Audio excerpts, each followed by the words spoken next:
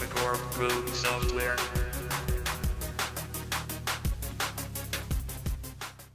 Hey there! Welcome back to another video here on the MCG channel, where I'm gonna explain you something new. What if you run a Rust server but do not have enough performance to run and a panel and a Rust server? Or what if you run a panel that's so big and has so many features that you lose your way into using it? And that you have to go through like 40 pages before you find the feature you need. What about an interface that shows so many things at the same time? You lose control like in every second of the way. You have to search for the one button you are searching for until you have learned it all? Well, no, I do not like that. That's why I started working on a solution for this problem. The problem was that many managers show too much features at once, as well as it doesn't have a clean look. It's messy, it's full of text or buttons, and sometimes it doesn't even work. I've tried out more than 7 Rust managers to take a look on how they work and what to expect and what to ask from myself to at least build in. Well, I can tell you one thing, there are only 2 managers completely working. Other ones give errors or doesn't even start at all. And that's something I think is terrible. If you make an app for us, make sure it works on all versions. That's why I created the new MCG Rest Manager Special Edition, which works from Windows Vista, very old Windows, up all the way to Windows 10 and Windows Server 2016, which means it almost supports all Windows operation systems. The only thing you need is Microsoft Framework. And if you have that one, you have everything.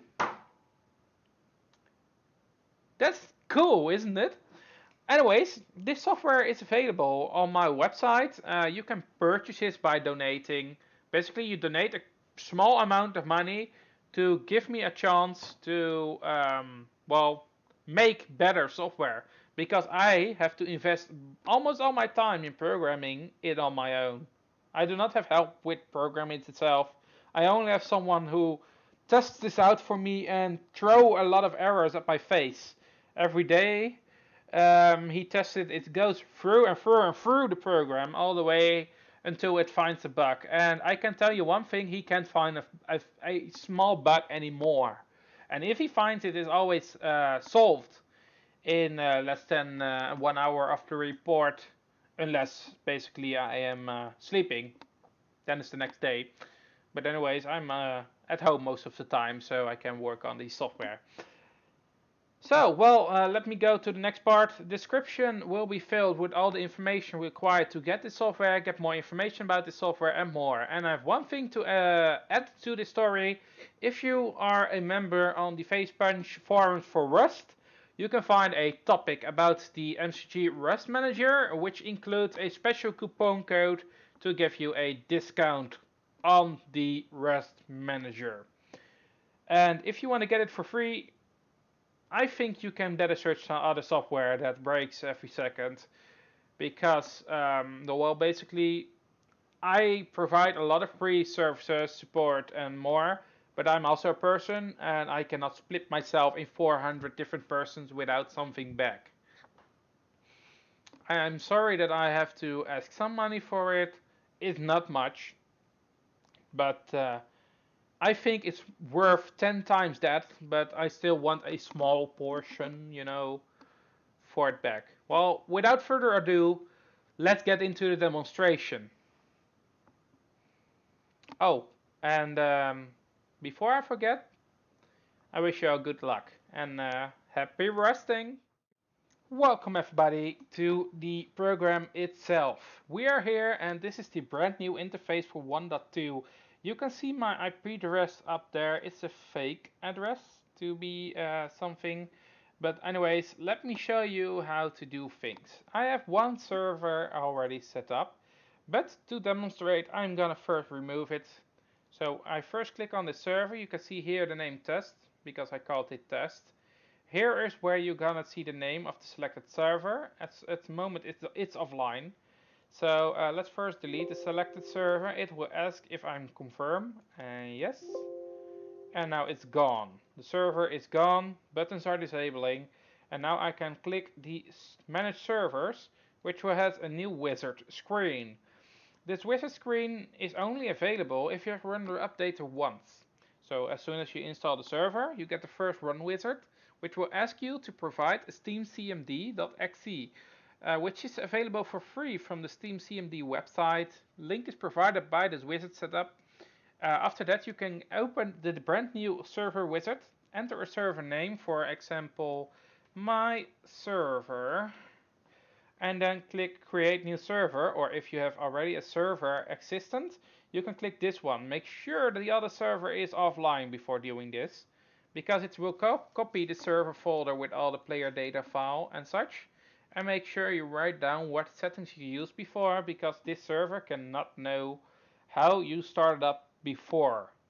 So for example, if you have a world size of 1000, it's happy to keep it like that. Well, if you click create, you can see directly a pop-up saying server added, as well as that the bar on the bottom here will turn orange and will show you a creating file. If you have the first one added to the system, so the updates have ran, then it will now copy the files from the updater, so a fresh installation of Rust, into a special folder with the name of your server, so that all servers are separated. The aircom paths, I will keep it easy, 1, 2, 3, 4. This is the name visible to everybody online. My server name, and then yeah, well, this is my server. Here you can enter a header information. This is for the max players. I will set it to 100 players max. The world size is between 1000 and 8000. Let me set it to 5000. And the seed, 1, 2, 3, 4, I have no idea.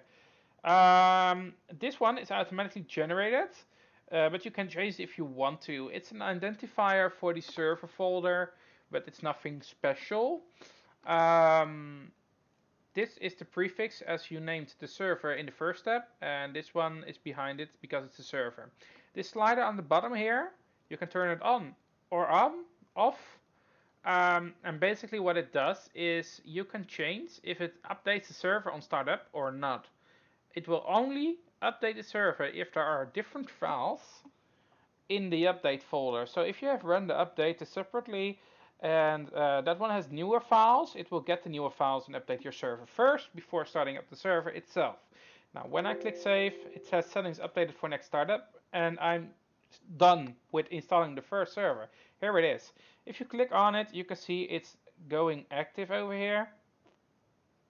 But you can also see that I cannot click the run updater as well as the manage server button. Both are disabled.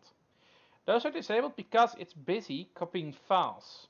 To prevent you from breaking your own computer's performance, that's the best way to do it. The system settings is another screen. Here you can set up what you want the server to work for.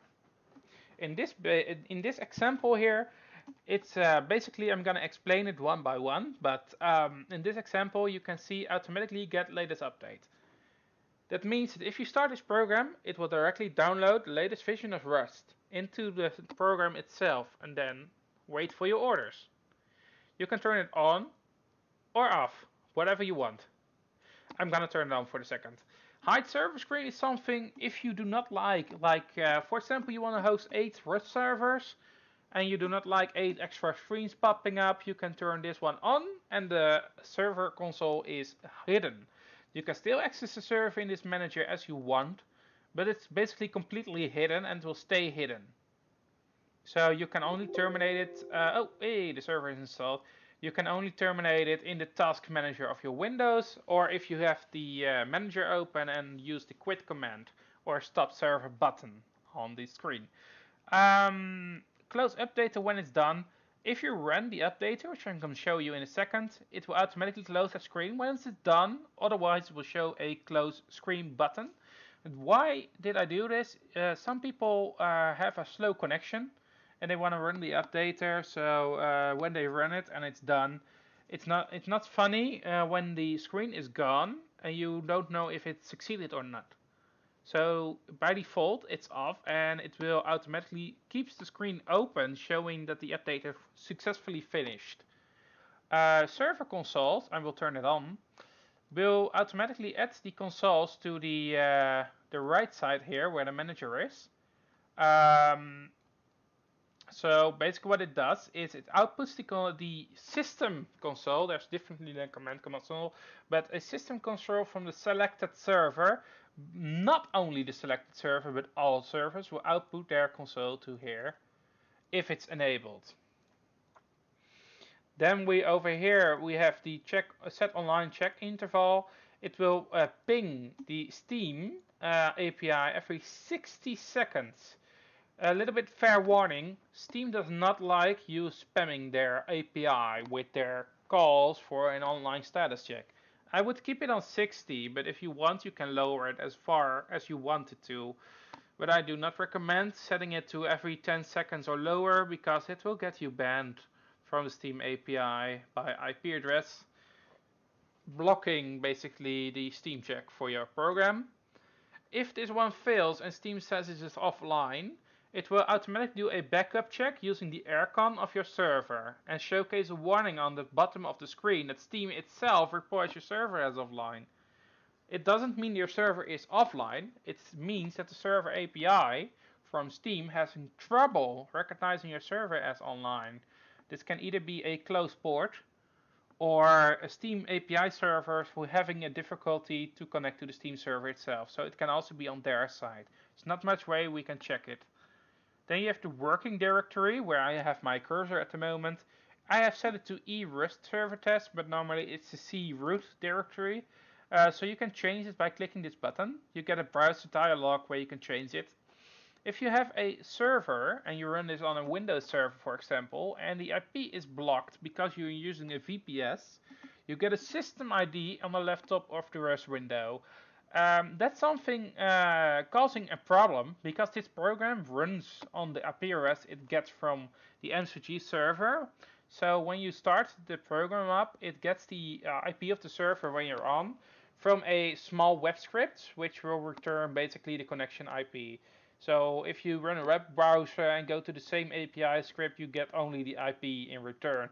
It doesn't save anything, it just reports plain text IP and show it in the program. So nothing, really nothing, gets sent to my server. Basically, it only requests a website to open in the background, hidden in the program, to get an IP address output. That's basically it. But if it fails, you can here turn this one to on and enter a manual IP address to change it. I click on cancel for now because if I click OK, it needs to restart the program to give the settings an effect. On the left top here we have the CPU usage. This one is live. So as you can see, my CPU is almost nothing in use. But it will go up eventually depending on how much it's using. And on the right here is the RAM usage. This little number over here, 9 GB, is what I have available to use. If I look at the above bar, you can see a 0 on the left and 15.86 GB. That's my maximum RAM in my computer. Physical RAM, not virtual. And then there is a light bar slider going to the right if I use more, left less.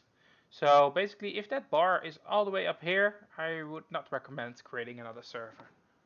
Because the RAM is too low for the server to run smoothly. This on the right here is the output console, which basically shows all messages from the program, and on the left we have the server list itself. You can add unlimited servers as you want, and you can always change the settings of the server by clicking this button while the server is selected. Then you get a pop-up like before, like the installation, and you can change all settings here but the server name as created before. You can start it with this one and stop it with this one. I will not show that one because it's very easy to work out. Beside that, if I click on this one, it currently shows error cannot connect because the server is not online. Oop. So basically what I can do here is type manual commands, press enter to send, calling some basic programmed in commands that I programmed in for you. So basically this is a command console. It's not the normal console, it's a command console. Basically you send aircon commands to execute and get a response back.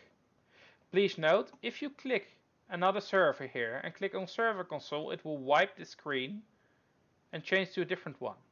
Beside that, you can edit the screen size as you wish. You can create it as small as you want and click this button to get basically the toolbar out. And yeah, well, you can keep this on the left top, for example. You can lower and resize it as you want. So yeah, well, this screen is resizable. Most other screens cannot be resized due to the fact that we do not want the GUI to glitch out.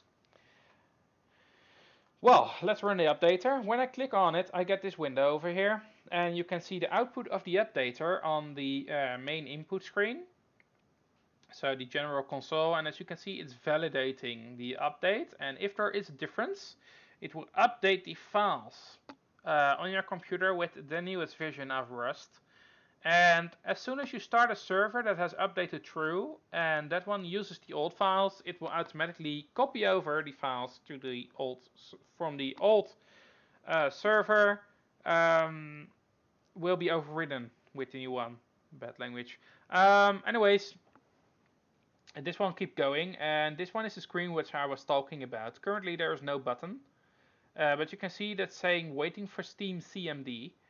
Well, it's a little bit truncated because of my screen resolution at recording, but you can, well, basically it doesn't matter. You can see that it's working, and over here you get the complete output. The scroll, I will automatically scroll down. Same counts for the server console.